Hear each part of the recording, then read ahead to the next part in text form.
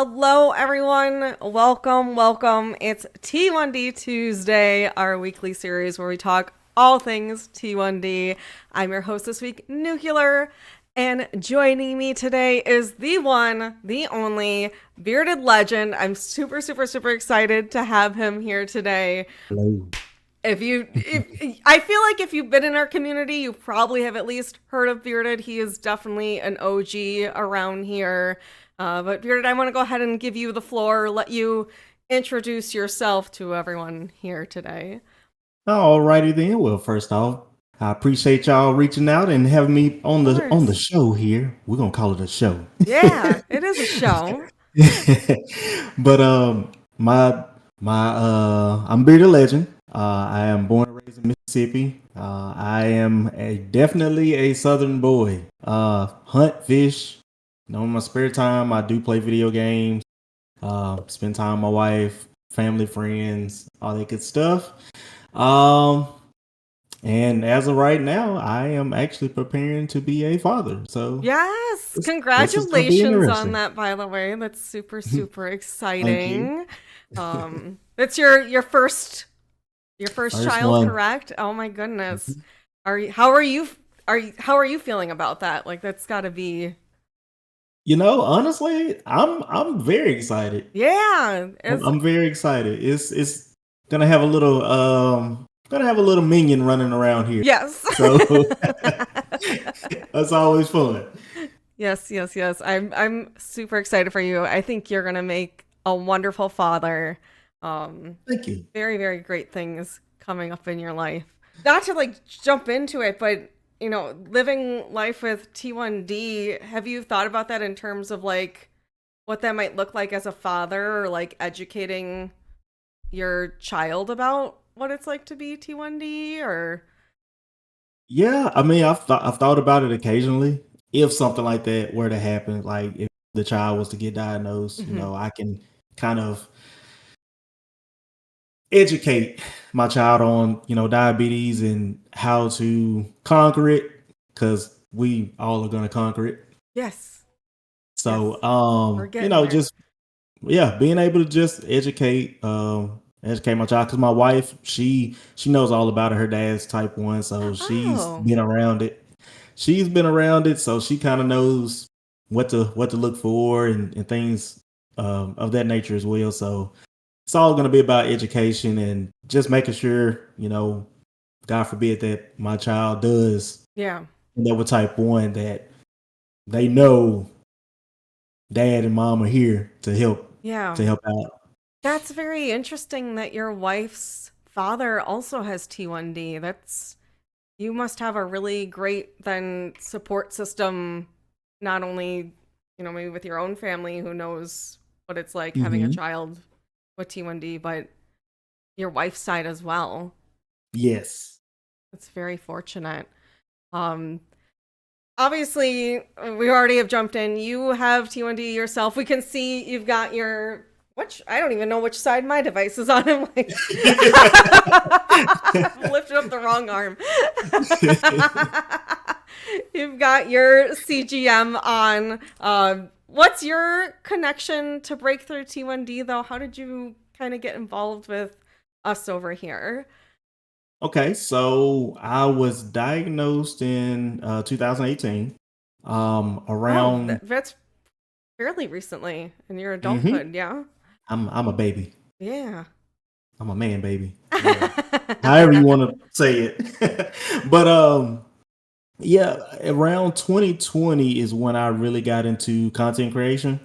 Hmm. Um, and so I was actually on Facebook when I first started, and then I made the transition over to Twitch. I made a gaming page on Twitter, and I was just like, you know what? Let's see if there's any diabetic streamers out there. So I just put a tweet out, hey, are there any diabetic streamers? And the artist formerly known as JDRF reached out to me, and and ever since then, I've been connected with the community. Yeah, we definitely creep around on the social media pages looking for other diabetic streamers. But we really do have such an amazing community here, Breakthrough T1D, um, in the Discord. Just what a wonderful, supportive group of people, and Yes. everyone's happy to game together, get to share their stories. It's truly inspiring. Do you remember? I mean, obviously, then freshly, we've only had T1D for 7 years. Then at this point, oh, I say Mhm. only, but like that's quite a bit of time. Um, Tell us about what it was like. What was like your journey to getting first diagnosed? What was that like? What were you feeling? All of the shebang. Yeah, so I know we talk about the four T's. I actually got three of them, three of the Oh four. yeah. So, it all started with frequent bathroom Hmm. visits and going to the bathroom and then sitting down. I'd get thirsty again and was like, oh my goodness, what is going on here? So it was just a back and forth relay race pretty much. Then I developed dry mouth. Mm. Um, so that weekend, I actually had went to go visit friends, and I didn't think anything of it. I just honestly, I thought I just had a UTI because I was like, do men get those? And Yeah. fairly enough, they do get them. Hmm. So I was like, well, maybe this is what it is. So I went on about my business. I came home from that trip, and that was on a Sunday afternoon. As soon as I got home, I had to use the bathroom, and when I finished, I just dropped to the floor. Oh Like, gosh. yeah, Oh I jeez. passed out, but I didn't pass out because I saw myself falling, which made my knee go one way and my body go the other way. Oh. I really went to get my knee checked out because it was hurting. Oh gosh. Um, so I had gone to church that night, told my parents about it, and they was like, "Yeah, you need to go make your appointment with the doctor, all that good stuff." So Monday, went to the doctor. You know, they did the whole vitals, take your height, your weight. When they put me on the scale, I was 161. So I had lost 20 pounds in Okay. 3 months. Yeah. Prior to that visit in November, I went in for a respiratory infection, and I was 181 then. So I lost 20 pounds in 3 months. No working out, Okay. no Yeah. Not dieting, trying nothing. to. Not even Yeah. trying. So we got back to the waiting room. Doctor comes in. I explain what's going on, and he's like, "Well, your urine test came back. You do have diabetes. We just don't know which one it is. Mm. Lab results." So I went to work. Everything was fine. Tuesday was eh. They just sent you to Um, work after that? mm-hmm. That's It's so it. surprising to me. Yeah. I went back to work. I stopped and got my medicine. They had me on metformin, and then there was another medicine that they prescribed, but I couldn't remember what it was. Okay. So Tuesday was a little rough. One of my coworkers, she was actually type 1 diabetic. So she told me what she normally eats for lunch. We went to Subway and I threw it back up. Oh no. Yeah. Um, and then went home Wednesday morning, worst day of the life. I woke up, I didn't know where I was. I was completely out of Oh my it. god. Um, so my dad brought me he brought me some Sprite and crackers because when you're not feeling well, that's normally what they say eat. Mm-hmm. So I ate that. I went to work. I was still out of it because I was in the car business at the time. So I was like, I need to sell a car. Mm-hmm. And I had some appointments coming in. And like the whole time I'm with the customer, I'm still out of it. I'm still talking coherently. Yeah. So it wasn't like I was slurring words or anything, but I just was out of it. I took a sip of the Sprite. I threw the Sprite back up. Oh my And gosh. my boss was like, hey man, go home, get some rest. I get home I don't even make it to my bed. I laid on the couch because my lower back was in so much pain. And so stayed in a fetal position the entire day. Told my mom about it.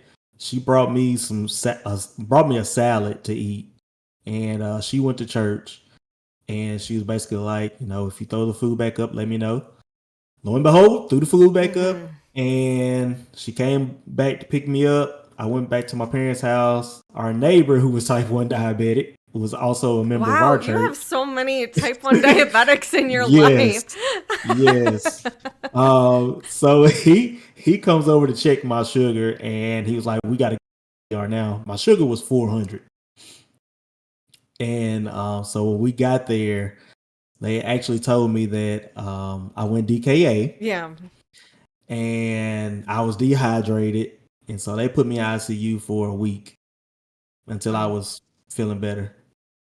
So that was my hey, I got diabetes moment. Oh my gosh, that is quite a story. I'm so sorry that that's what you went through to get there.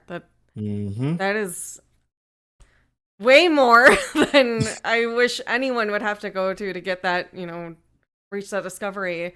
It almost sounds like, based on the medicine they put you on initially, that they probably assumed it was type 2 initially. Um, I I would assume so, because the metformin it was the worst thing ever. Like yeah. it kept dropping my sugar, and they gave me 1,000 milligrams.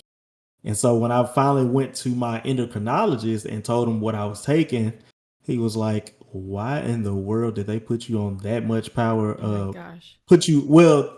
First off, he was like, "They shouldn't have put you on metformin anyway, Yeah. and they shouldn't have gave you 1,000 milligrams. Yeah. You should have had at least 500." Um, and so I ended up staying on the metformin, and the metformin it just really kept. I always felt weird. Yeah. And after a while, I was like, you know what? I'm just not gonna. I'm gonna stop taking the metformin just to see what happens. And ever since then, it's been fine. When you were in the hospital ICU for a week, is that when they decided it was T1D then, Hmm. and kind of put you through the Yeah. crash course of insulin and carb ratios and everything? Yeah. So they actually told me it was it was later. Is actually what I have the type 1.5, but they was like, Oh, we're gonna treat it like type 1. okay. So Yeah, I actually don't know much about the type 1.5. That's something I need to look more into. What the difference is with that, but hmm very interesting. it's almost like the way he explained it is like your pancreas is producing little to none, Oh, okay. but I mean, still you're still going to treat it as type 1 because you still need Yes. your insulin to, Okay. to function. So that's like you probably take not a ton of insulin when you dose yourself. Yeah, I'm on the pump. I started off with just the pens, and I was doing 30 units a meal. Oh, okay. Now with the pump, I do like 5 units. Well, because it's automatically giving it Mm-hmm. to me throughout the Mm-hmm. day. But as far as meals, it just calculates how much insulin it's going to give me based on Okay. my carbs. Okay. How then, then you've got into gaming not too long after that, found us. How has Breakthrough T1D made an impact on your T1D journey? Oh, it's been awesome, honestly.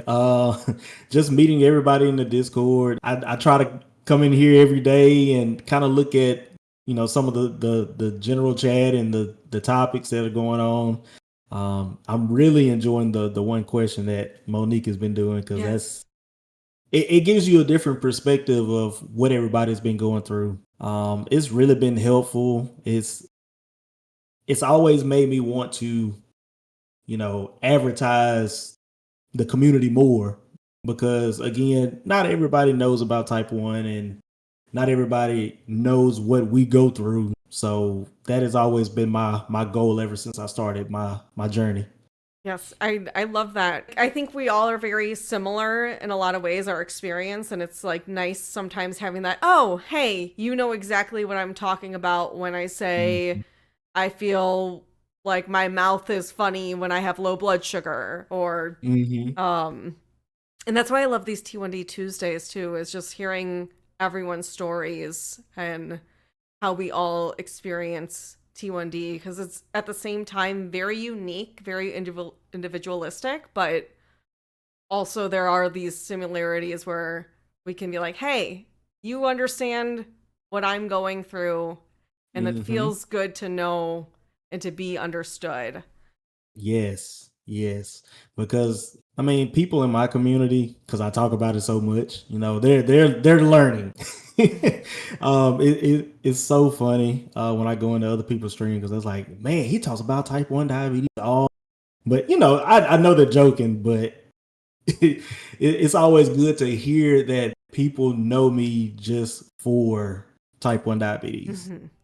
And So, that's important. I think that historically T1D doesn't have good representation, especially in media. I think we've made some huge breakthroughs, especially with recently like the type 1 diabetic Barbie that we recently collabed hmm with Mattel on, and being able to have that out there more. But you can see even the reactions of folk that it's not understood, and it's something that people can always be educated on. So I love that you've used your right. platform to do exactly that and help people understand better what it's like to live with T1D. What would you say is the most difficult thing about having T1D? Honestly, for me, it's the highs. Just trying to keep it level. Yeah. I really don't have a lot of lows anymore, so it's more on the high side now. Hmm. But for me, I would say the main thing would definitely be the insurance part of it.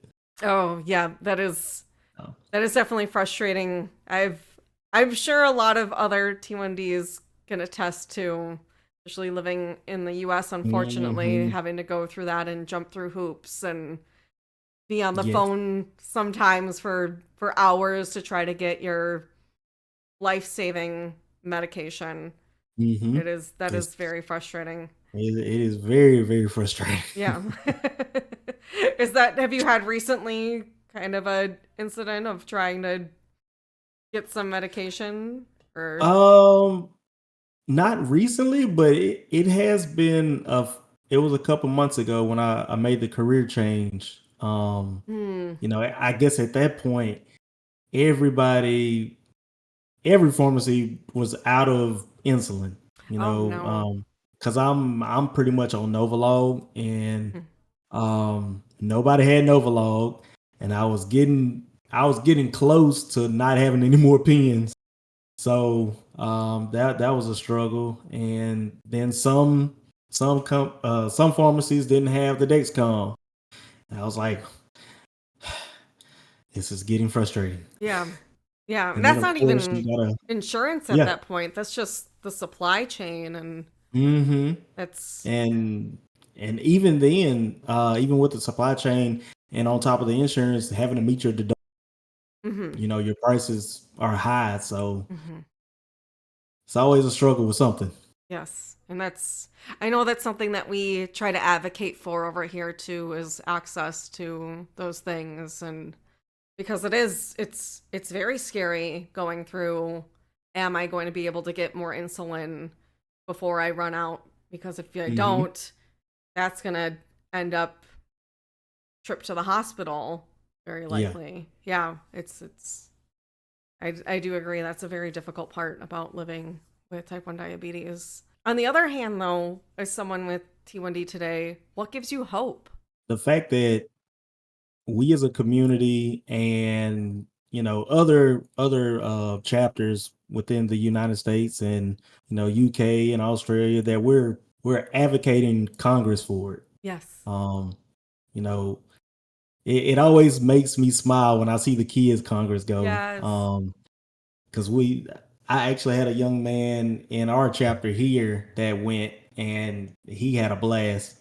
But it's always great to see kids advocating because they got to live with it pretty much all their childhood. Mm-hmm. And, to some, it may seem like their childhood is just about to crash and burn because I can't really eat what I want to eat anymore because that's Mm-hmm. how I was.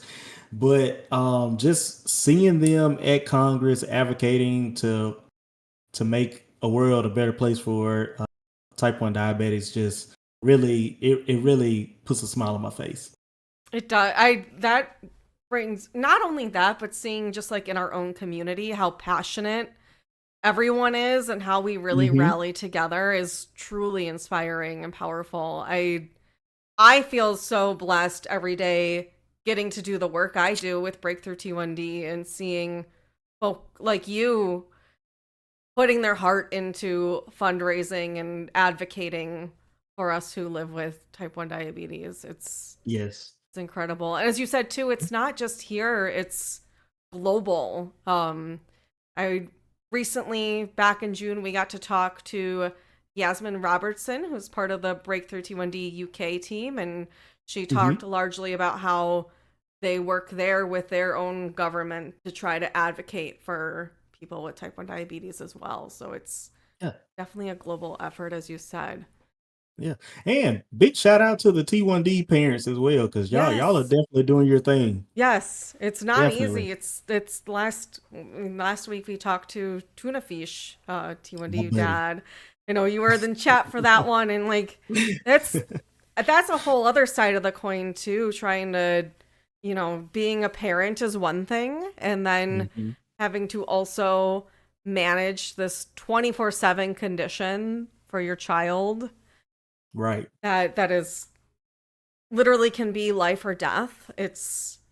I couldn't even. I looked at like how my mom was with me when I was a child with T1D, Hmm.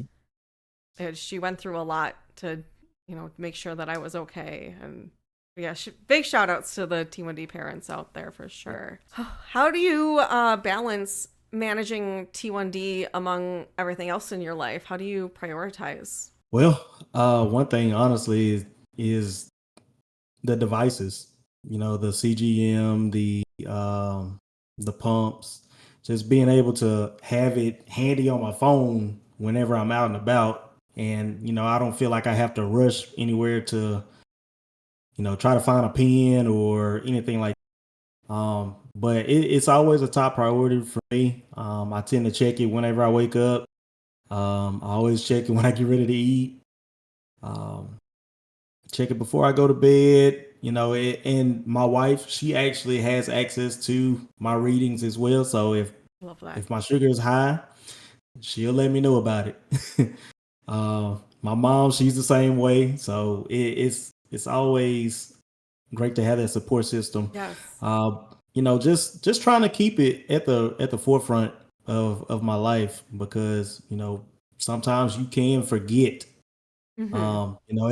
especially if you've run out of supplies. But just managing it day to day while I'm at work and or while I'm out and about, it's always going to be something that I won't forget. Yeah, I do feel like that's something, especially now.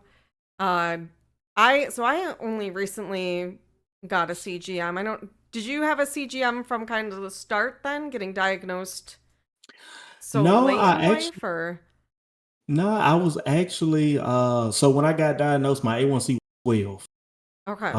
And so my endocrinologist was like, we need to get that down to around 7 before we can even remotely talk about the Oh, pump. So that's interesting. what I did for the past 3 months since that first visit. I was, you know, um, carb counting, sugar checking, all that good stuff, and I got it down to about 7.3, and that's when I got put on the pump. And after that, it kept going down. So I was excited to get on that pump.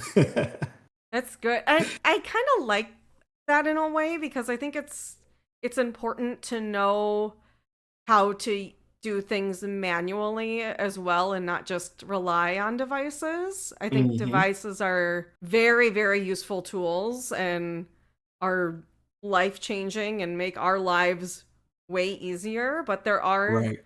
absolutely moments where you might have to inject manually or finger prick, and it's good to know how to do that on your own. It sounds like you also have a really incredible support system in your life. Yeah.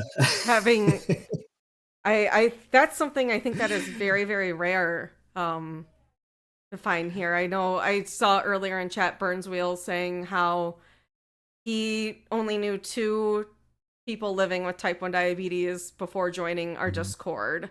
But you had a lot of people in your life already. Were they like when you got diagnosed, were they jumping in to help? I don't know if you knew your wife and your father-in-law at that point of your life or No, I no. did not know them at Okay. that point. So really and truly, it was my parents and my godmother. Hmm. My mom and my godmother, they were able to see my sugars and everything for sure. It was like every minute, sugar's up. You need to drink something. Your sugar's at 70. You need to eat something. Mom, I see it. I know. I got it. And she's kind of slowed down a little bit on it, but she still does it time to time. But back then, it was frustrating me because I'm like, I see it, I got it. Hmm. Let me handle it. You don't have to tell me. But I mean, if it wasn't for her doing that, I probably would have, kind of been lackadaisical with it. Yeah, yeah. That's So, I love that she still, because often we see people who are diagnosed when they're still, a young child and not as independent as you were when you were diagnosed. I love seeing that your mom was still being a mom in that moment and monitoring your blood sugars and educating herself and being involved. It's very, very lucky to have that mhm. support in your life, honestly. And now you have a wife who also is kind of does that too, which is Yeah. it's always good. I think I do hear that though. Sometimes you're like, I know, but but it just shows how much people care They about mean you. well. Yeah, Yeah. they mean well. Yes. What is something that you deal with on a daily basis with T1D that others without T1D wouldn't think about? Ooh, that's that's a great question. In my case, like I said earlier, it's definitely the highs, Hmm. because sometimes when my sugar is high, I can't get it back down. Yeah. So it takes a while to get it back down to where it needs to be. Now another struggle for me would be the devices itself, because sometimes when you get to putting your pumps on in the same places all the time, like for instance with the Omnipod, if I put it in the same arm, same places all the time, it'll get that my insulin is paused because maybe the site you need to change sites or Hmm. something, and it'll go offline. Like the other day, my entire app just went off. Oh, jeez. It wasn't reading my sugar, so I'm like, oh my gosh, what is going on? Yeah. And I felt like I was gonna have to replace this, and luckily reconnected the devices in general, just making sure that they're working properly. Because I've gotten so used to putting them on my arms and my stomach that I don't really think about putting them in. I Hmm. recently just started putting it on my leg, and Ah. I got I got hairy legs, and taking this thing off, it hurt so bad. Hurts Yeah. so bad. And so I try to avoid that area as possible. Oh my goodness. Yeah, there's just so many little things that you don't think about that go into that it's routine for us, but yeah, as you said, like just like something like that where you have to be thinking, okay, so I've been using this site a lot. I need to make sure I move it Mhm.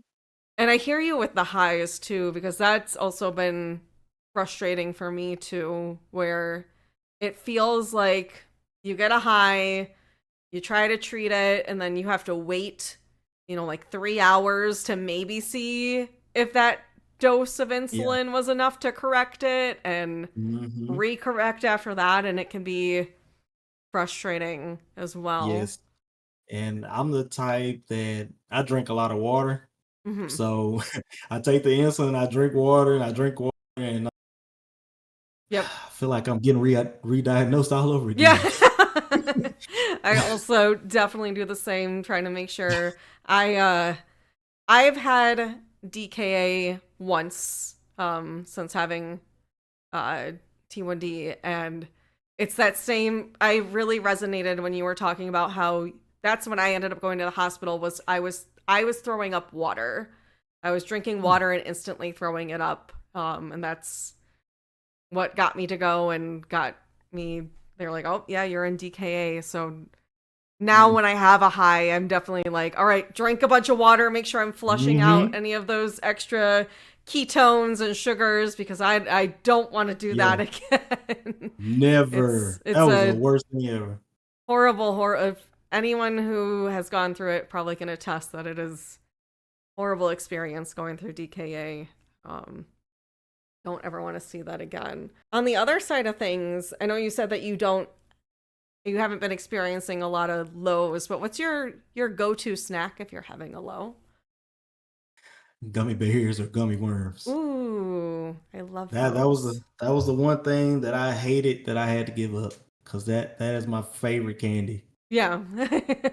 So I know it's yeah, kind of weird sometimes. I don't sounds like maybe you resonate with this, where like if I get a low, there's this little twinge of like, ooh, but I get oh to my have some gosh, Skittles. I get to have some candy man, now. I am dancing, I have absolutely to. dancing. And my wife, she just looks at me like, "What is wrong with you?" Do you So you don't carry understand. do you carry around gummy bears or worms with you when you go I out, or I don't, no? because normally now what I'll do is if I go to the grocery store, I'll get like some of the sour gummies and get like the big bag, Hmm. and I'll just go hide it somewhere. But normally when I go out, nah, I don't really take any snacks with me. Yeah, that just sounds like it's different though, where you don't experience a lot of lows, so that's not as Mm. much of, because I have like a bag of Skittles that I take with me whenever I leave the Mhm. house in my purse, but I've been dealing with more lows, so it's more of a priority there for me. Yeah. Um, or you're on the other end where you've been unfortunately fighting with highs. Do you feel your highs at all, or do you feel, I know some people feel like they're more irritable when they're high, or have headaches or more thirsty? Actually, no. No. I um I think for me, I think it'd be more of a tired state. Okay. So I do feel tired, but as Yeah. far as like irritable and thirsty, I really don't. Okay. And I think that's something that is very unique to people, is I feel like it's more more normal to feel your lows. I think a lot of us Hmm. feel like that, like shaky feeling. Hmm. But the highs, I hear lots of variable answers from people about whether or not they feel differently when they're dealing with high blood sugars. What's one thing that always makes your blood sugar go high no matter what? Potatoes for sure. Potatoes, yeah. Potatoes. Because I love French fries and I love tater Mm. tots. And normally, um, like honestly, for lunch, I'm gonna have chicken strips and tater tots. But I always cook a small amount of because I know it's gonna hit me. Yeah, yeah. It's a hard balance, I feel like, because you don't want to deprive yourself of those, especially if you love French fries, love Hmm. potatoes. Like we we only got one life here on Earth, and to deprive yourself from a favorite food like that is, I don't think Yeah. that's, in my opinion, maybe not negotiable. I think, No, we can I definitely agree. I just have definitely to agree. learn, okay, how do I manage my diabetes so that I Yeah. can partake in some french fries, some tater tots. Right, right. And I think that's another thing to one of the questions you asked earlier, what are some things that people should know about type Hmm. 1? Is like we can eat whatever we want. We just have Yes. to calculate for it. Yeah. Um so yeah, that's one big thing. I get that question all the time when I get newcomers in community. It's like, so what do you eat? Yeah. So Yeah. I can eat anything. Yeah. That's So definitely, I feel like that's the thing I've had to repeat to people all throughout my life is we as type 1 diabetics can eat anything. We just have to dose for it and wait the appropriate time before eating it. So I know like some foods I'll wait longer to eat before eating, and depending on my blood hmm sugar and everything.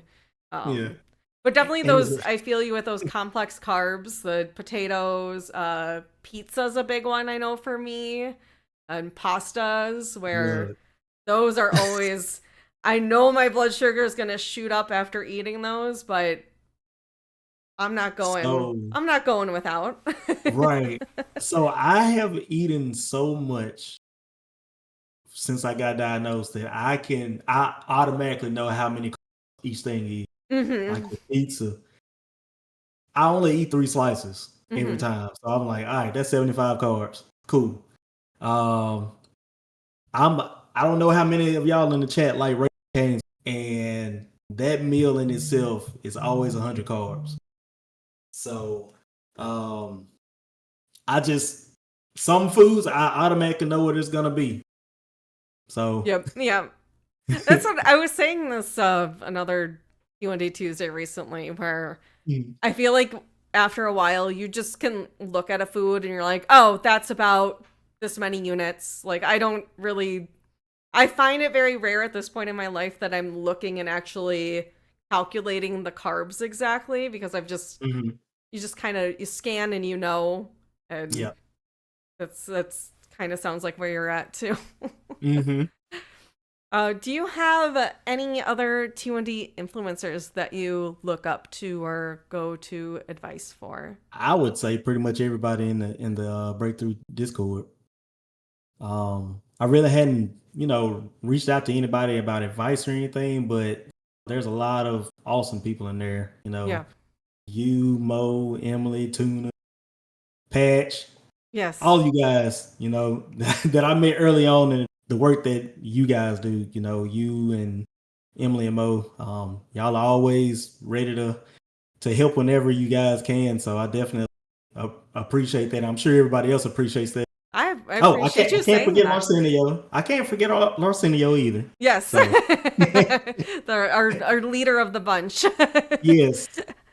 Yeah, that's I thank you. That's really really kind of you to say. That's, yeah, we definitely, I know all of us working for Breakthrough T1D definitely put our hearts into it, but as you said too, I think in general the people in our Discord, which Chad, if you're listening and you're not in our Discord, you should hop in because it is really a phenomenal community of Yes. people. And as we've been saying kind of this whole chat today, how important having that support system is. And if you're someone, I think it's more common, unfortunately, that people don't know many others with type 1 diabetes in their life. And it's really nice to having those connections and people who understand your frustrations and what you're going through living with hmm T1D. So you, I believe yesterday, kicked off the Pancreas Project, which is your latest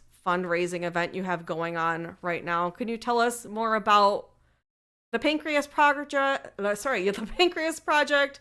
What you have planned, what we can look forward to if we tune in.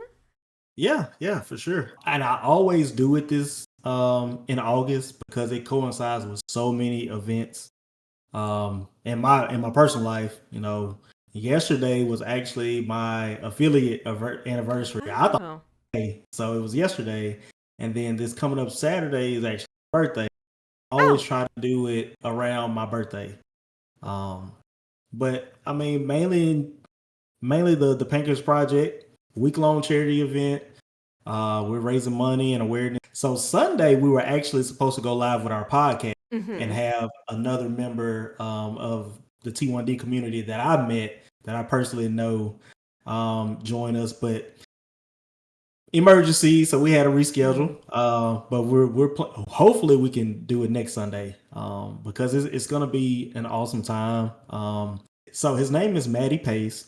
He is a motivational content, and he normally goes live during the morning. But I know when I found out when we both found out we were both type 1 diabetic, it was kind of like that, point at each other. Yeah.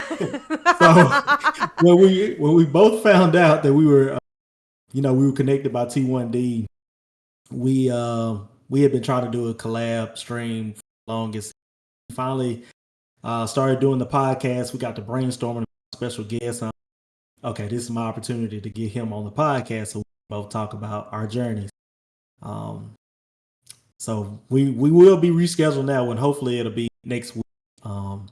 But yesterday we kicked off with Minion Mayhem. So Yes.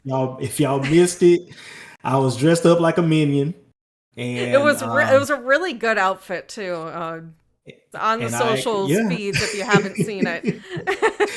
and I had the voice changer on, so I kind of trying to talk like a minion. I was very like a minion. So, but tonight is actually gonna be a retro night. I got a fun game that I'll probably come back. So I'm going to be playing either Pokemon Red, Blue, or Yellow. Ooh, So we're bringing some Game Boy love nostalgia that. back. Um, Tomorrow is I call it challenge accepted because we're going to be doing a lot of different things for each day. Challenge accepted is basically, I'll play a game like Elden Ring. Y'all just get to watch me rage. Yay. So, Love because that. Cuphead will definitely make me rage. Um, and then Thursday is a VR day. Friday is horror games, and then Saturday I'm calling it Pancreas. So every 20 minutes, I'm going to be changing games, and we're just going to kind of Oh. hang out and have fun and, celebrate my birthday and all that good stuff. And that's it. And then after every stream, I always rate out to someone. So this entire week, I will be rating out to anyone that has a type 1 diabetic tag in their stream. Do you have any? Now, I know you've done some, I want to call them fun incentives, like eating tarantulas before.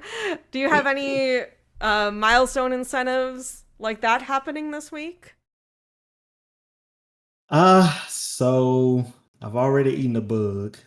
Already Um, eaten a bug already, day one. already, yeah. What kind of So bug did you eat? cicadas. Okay, okay, So it wasn't too bad. It wasn't the okay. scorpion or it wasn't the tarantula. But I got a lot of. I call it chaos. I don't even call it incentives anymore. Just chaos. Chaos. We do bean boozled. I brought back baby food because everybody liked to watch me eat the baby food. Oh. What kind Um, of baby food you so have? last night I had to do chicken and gravy. How was It that? was it was horrible, Yeah. absolutely horrible. But I also got sweet potato and blueberry banana flavor. I feel like the veggie and the fruit baby foods are those are fine, but Hmm. not that I haven't personally tried things like chicken and gravy, but Yeah, yeah. But milestone wise, I got a couple of milestones. The bigger one, you know, my goal is to raise $1,000. And if that happens, then my wife will be waxing my arms Oh. and then I have an undisclosed amount that if we reach it, I will be cutting my beard. Oh my gosh. But I'm not telling anybody what the amount is. Interesting. Interesting. Yeah. That would be. When's the last time you've been beardless in your life? Oh, 2016. Oh my goodness. That So would it's that would be wild to see. I mean, it's literally in your name, Bearded yeah. Legend. Yeah. You So and we've already come up with a name. I will be known as Babyface Legend until my beard grows back. I really Yeah. hope this happens because I want to see Babyface Legend. Oh. Uh, Oh my gosh, what a sacrifice to make, but all for good and charity. all for good. Yeah, I do love that. I do have a few questions that we love to ask everybody who comes on T1D Tuesdays. Make sure we Hmm. get through this. My personal favorite one is this one. If you could say anything to your younger self having just been diagnosed with T1D, what would you say? Don't let diabetes define who you are. Be true. Continue to be yourself. Diabetes is just another obstacle that you can hurdle. You can get through it. You got support. Use your support. But at the end of the day, you are who. Diabetes does not define you as a person. So, I love that one. That's such a good message. And that's something we've definitely touched on here before. mhm. The quote we love to say is, "You have T1D. T1D doesn't have you." I think that is really powerful because it is at the end of the day, although it's a large part of our lives, it's just a part of our life, and Yeah, it doesn't have exactly. to be the ruler among everything you do. Right. Because for me, especially for me, I like to joke around with it. You know, sometimes people bring around cakes and they look so good, and I'm just like, well, my diabetes just activated. So, just having fun with it. One thing that I like to tell people that come into my streams, when I tell them I'm type 1 diabetic, I always tell we've been roommates for 7 years, so waiting for the government to send the eviction notice. So, you know, just have fun with it. You Yeah, know. yeah. That's a great way to approach it too, because that's if you can't have some humor around it, then that helps you get through it. I love that. Hmm. How what would you say is a great way for people to help and support those who are in the T1D community? Donate. That's one of the big ones. Is Yes. definitely donate. Because your donation definitely helps come closer to a cure. Um, but even if you can't donate, support us by being more active and showing your support for type 1 diabetes, because we all know someone that is dealing with it. We just Hmm. don't know how to help them deal with it. Hmm. So definitely educate yourselves on type 1 diabetes and how you can help the next person, because you never know when it can happen. Yeah. So. And I think there's an important like underlying thing there from what you said is that you don't always know. I think T1D in general is kind of a quiet disease. It's not always obvious. Mhm. Nowadays we do have like devices that we wear that sometimes that can indicate like, oh, hey, that person has T1D, but there's probably more people in your life dealing with it than because we don't always talk about it. Mhm. It's nice to show up and be supportive and educate yourself. What do you have going on in your life right now that excites you and what are you looking forward to? Well, of course we got the baby minion on the way. So that's always exciting to talk about. My wife, she likes to joke with a lot of people and just be like, I think he's more excited than I am. So, Oh, um, oh, that's so but sweet. because it is my first, and I've always known that I wanted to have kids and things like that. So just being able to finally manifest that, it definitely is awesome. I think some other things is getting more involved with our chapter here, um, because we recently went to a baseball game this past weekend. I don't even think I posted on, so I know I did on Facebook, but not sure if I did it on X or not. But we all went to a baseball game. It was a great time. One of our kids actually got to throw out the first pitch, Oh, so that was exciting.